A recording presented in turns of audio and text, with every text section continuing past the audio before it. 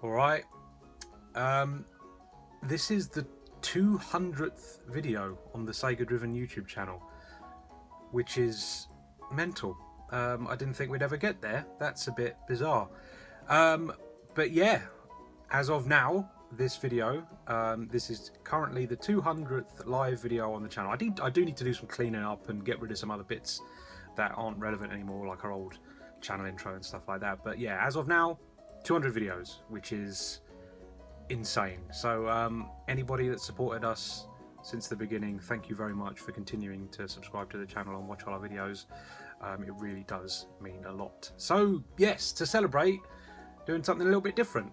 So we have previously done some collection videos where I show you some of the bootleg stuff that I've found, Sega related things for Mega Drive mainly. But today I thought I'd mix it up a little bit and show you some bootlegs of Sonic the Hedgehog games in particular, but not for the Mega Drive. These are actually bootleg games that are found on the Game Boy, which is pretty interesting. So let's go and have a look. Right, so before I start the games, I'm going to show you the unit that we're going to be playing this on. So this is my GB Boy Color. If you don't know what this is a Game Boy Color clone console made by a company called Kong Feng. And the reason why I'm using this is because it has a backlit screen, which makes things nice and easy to see. Here we go. So, let's not play the 188 games that are included on it. Let's play these bootlegs. So first up, we've got this little thing. I don't know if you can see that, but at the top left there, it says Sonic 6, and it uses Sonic the Screensaver artwork. So what is this? Let's plug it in, and I'll show you. Excuse me for getting things the wrong way around. There it is, Sonic 6. I don't know if you can hear that, but that sounds like the Looney Tunes theme to me. So there's a reason for that. So this is basically a hack of a Speedy Gonzales game, not made in 1998 by a developer called Sonic World, as you can see at the bottom there. Yeah, so like I say, this is essentially just a hack. We've input a Sonic in the map screen there, and there is the Sonic sprite himself. So I will show you what this is like, basically. So as you can see, I'm not collecting rings. I appear to be collecting wheels of cheese, which would make sense in a Speedy Gonzales context. And yeah, it's very much a traditional platformer in that sense. As you can see, I can't jump on things by the looks of things. I think I just have to avoid enemies. I don't think I have any additional attacks. No, it's just running and jumping.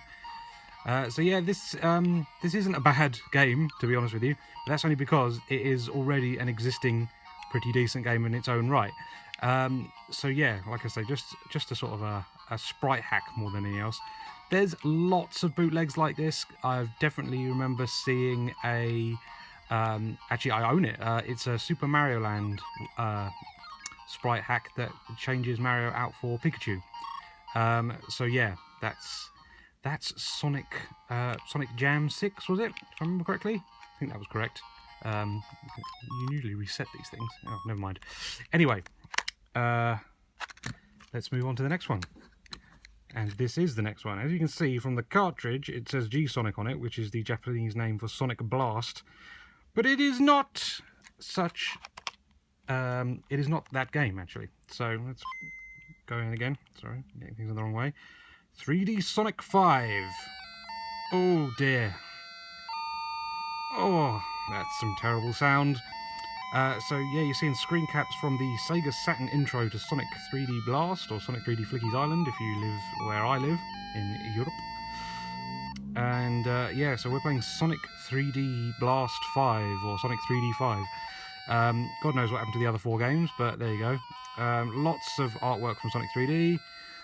And so yeah, this seems to be pieced together from sprites and artwork from lots of different Sonic games.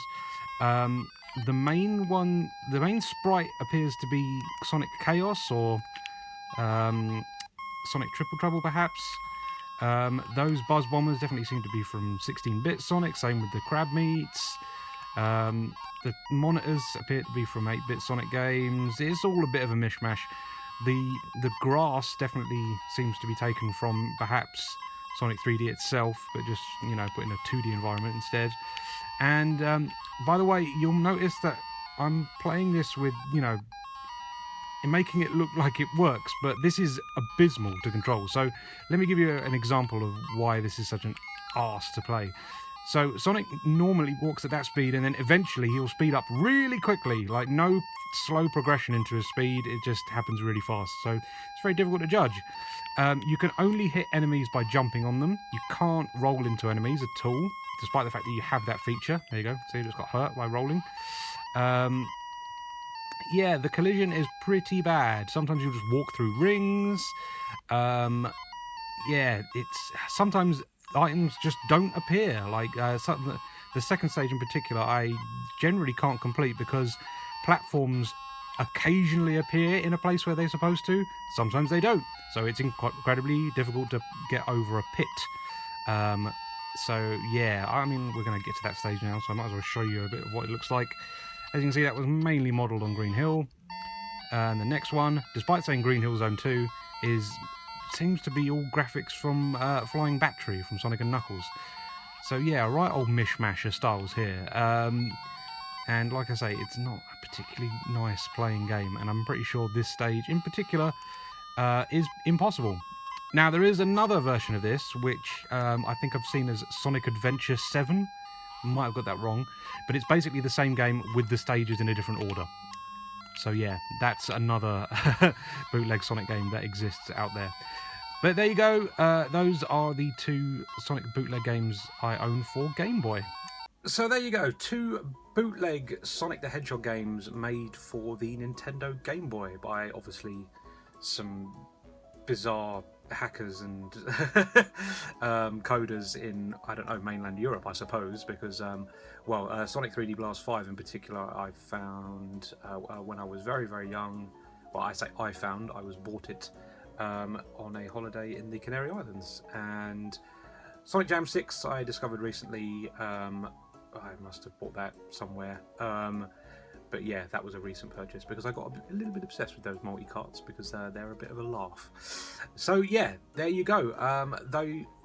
Those two in particular and the other one, which I think is called Sonic Adventure 7, are the only Sonic bootlegs I'm aware of that are available on Game Boy. I could well be wrong. I'm sure there's probably some other weird independent coder somewhere who's made something. But yeah, those are ones that I have available to me at this moment, and they're pretty odd.